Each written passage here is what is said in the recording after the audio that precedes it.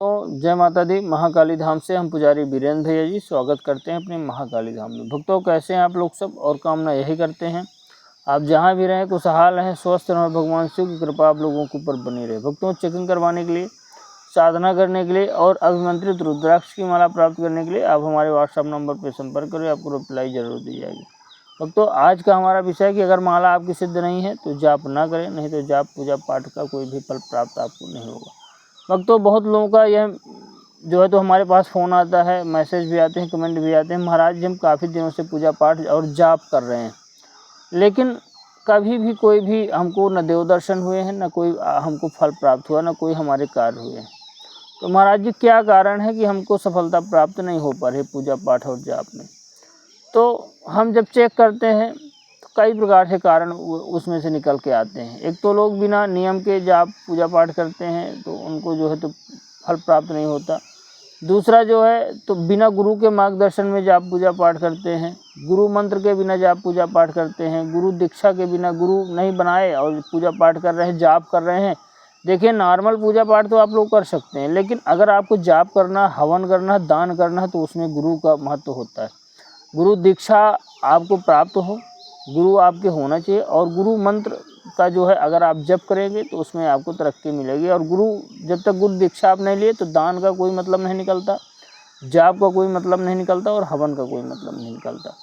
और तीसरा एक और कारण आता है कि लोग माला जो जाप करते हैं तो माला बिना जो है तो अभिमंत्रित होती है, माला अभिमंत्रित नहीं होती, माला सिद्ध नहीं होती है, जिसके कारण से ये मान के चलिए कि जाप का कोई भी फल प्राप्त आपको नहीं होता, ना हवन का कोई भी फल प्राप्त होता। लोग ऐसे ही जो है बिना माला खरीद लाएंगे बाजार से, उसका कोई नियम विधि विधान से बिल्कुल पूजा पाठ नहीं करेंगे, सिद्ध नहीं करेंगे, अभिमंत्रित नहीं करेंगे, तो ये मान के चलिए कि इसलिए कोई भी फल उसका आपको प्राप्त नहीं हो पाता है। तो माला आप सबसे पहले सिद्ध करें, उसके बाद ही जाप करें, गुरु बनाएं, उसके बाद ही जाप करें। तो जाप करने के लिए आप किसी भी देवी देवता के मंत्र का जाप करते हैं, कोई बात नहीं, आप जाप करें। आपको चाहिए कि गुरु से आप वह मंत्र प्राप्त करें, दीक्षा लें, गुरु से मंत्र प्राप्त करें, फिर जाप करें। उसमें उस मंत्र की ऊर्जा 1000 गुना 100 गुना बढ़ जाती है, मान के चलिए। अगर कोई मंत्र गुरु के मुख से प्राप्त होता है तो वह स्वतः ही सिद्ध रहता है। उसके बाद जब गुरु कोई मंत्र जपता तो जपता है, वह सदियों से पीढ़ी दर पीढ़ी चला आता है, गुरु आपको वही मंत्र प्रदान कर देता है। मंत्र आपको प्रदान हो जाता है तो ये मान के चलिए कि मंत्र वह स्वतः सिद्ध होता है। उसके बाद जो है तो माला आपको सिद्ध करनी चाहिए, माला को पंचोपचार से पूजन करना चाहिए, माला को जो है तो स्नान करवाना चाहिए पंचोपचार से, दूध, घी, शहद और दूध, घी, शहद, शक्कर और गंगा जल से आपको स्नान करवाना चाहिए। तब जा करके आपको कहीं उस माला से जाप करनी चाहिए। अगर माला से आप डायरेक्ट जप करते हैं तो उतना फल प्राप्त नहीं हो पाता है। माला से कभी भी डायरेक्ट जाप नहीं किया जाता। कोई भी माला आप ले आएँ, उसको पहले सिद्ध करें, उसको आप जो है तो पूजन करें माला का, और जो है तो अभिमंत्रित करें माला को। माला का मंत्र भी होता ओम ऐं श्री अच्छमालाय नमः, या कि ओम ऐं श्री अच्छमालकाय नमः। इस मंत्र से जब आप माला ले आते हैं, माला को आप सबसे ले आते समय आप गंगा जल में डाल दीजिए। गंगा जल में डालने के बाद आप जो है तो उसको एक आध दिन पड़ा रहने दें माला को, और जो है तो दूसरे दिन उसको निकालें तो उनको स्नान करवाएं, दूध से स्नान करवाएं, घी से स्नान करवाएं, शहद से स्नान करवाएं, दही से स्नान करवाएं। उसके बाद जो है तो उसको शक्कर से स्नान करवाएं।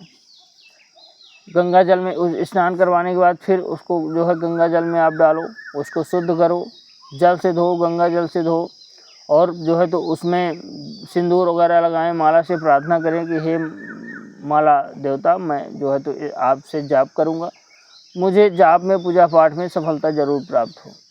तब जा कर के उस माला में सिद्धि आती है, माला आमंत्रित होता है और जो है तो वह कार्य करता है।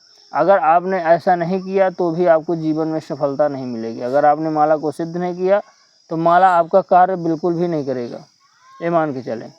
माला जो है वो शून्य का शून्य ही रहेगा। आप जाप करते रहेंगे, जाप करते रहेंगे, जाप करते रहेंगे, कोई भी फल उससे आपको प्राप्त नहीं होगा। ना कोई देवता सिद्ध होगा, न कोई देवी सिद्ध होगी, ना आपके कुल देवता सिद्ध होंगे, न कोई भी मंत्र उससे आपका फलित नहीं होगा। आप पूजा पाठ करते रहेंगे, जीवन गुजार देंगे, लेकिन उस माला में कभी भी शक्ति नहीं आएगी। माला जब आपका सिद्ध होता है, आप उससे जप करते हैं, आपको कोई भी कष्ट होता है, आप जो है अगर जल में उस माला को डुबो करके किसी को वह जल पिला देते हैं, मान के चलिए कि उसको तुरंत आराम मिलता है। ये हमारे देखे हुए हैं खुद के अनुभव। किसी सामने वाले व्यक्ति को कोई बीमारी है, माला आप जाप करते हैं, जो माला उसको जल में डुबोइए, निकाल लीजिए, उस जल को सामने वाले व्यक्ति को पिला दीजिए। जब माला आपकी सिद्ध होती है तो उसमें ताकत आती है, उसमें ऊर्जा रहती है। इसलिए जो है तो कहते हैं कि जाप वाला माला कभी भी, जिससे आप जप करते हैं, माला से जाप करते हैं, उसको गले में कभी भी नहीं पहनना चाहिए, क्योंकि उसकी ऊर्जा क्षीण होती है। अगर आप जाप वाला माला गले में पहनते हैं तो उसकी ऊर्जा कम होती है। तो आप लोग जो है तो ध्यान रखिए इस चीज़ का कि माला जब तक सिद्ध नहीं हो तो उससे जाप नहीं करना चाहिए। माला जब तक सिद्ध ना हो तो उससे जप नहीं करना चाहिए, नहीं पूजा पाठ का कोई फल नहीं मिलेगा और आपको दोष लगेगा। देवी देवता आपसे नाराज़ होते हैं, दोष मानते हैं। तो आप जो है जाप करें तो सिद्ध करके माला का करें, या कि जैसे अगर आपके पास सिद्ध माला नहीं तो आप हमारे पास से सिद्ध की हुई अभिमंत्रित रुद्राक्ष की, पंचमुखी रुद्राक्ष की माला मंगवा सकते हैं और उससे जाप कर सकते हैं। भक्तों, हमारे द्वारा दी गई जानकारी आपको कैसी लगी कमेंट करके बताएं। चैनल को लाइक शेयर और सब्सक्राइब जरूर करें। भक्तों, जय माता दी।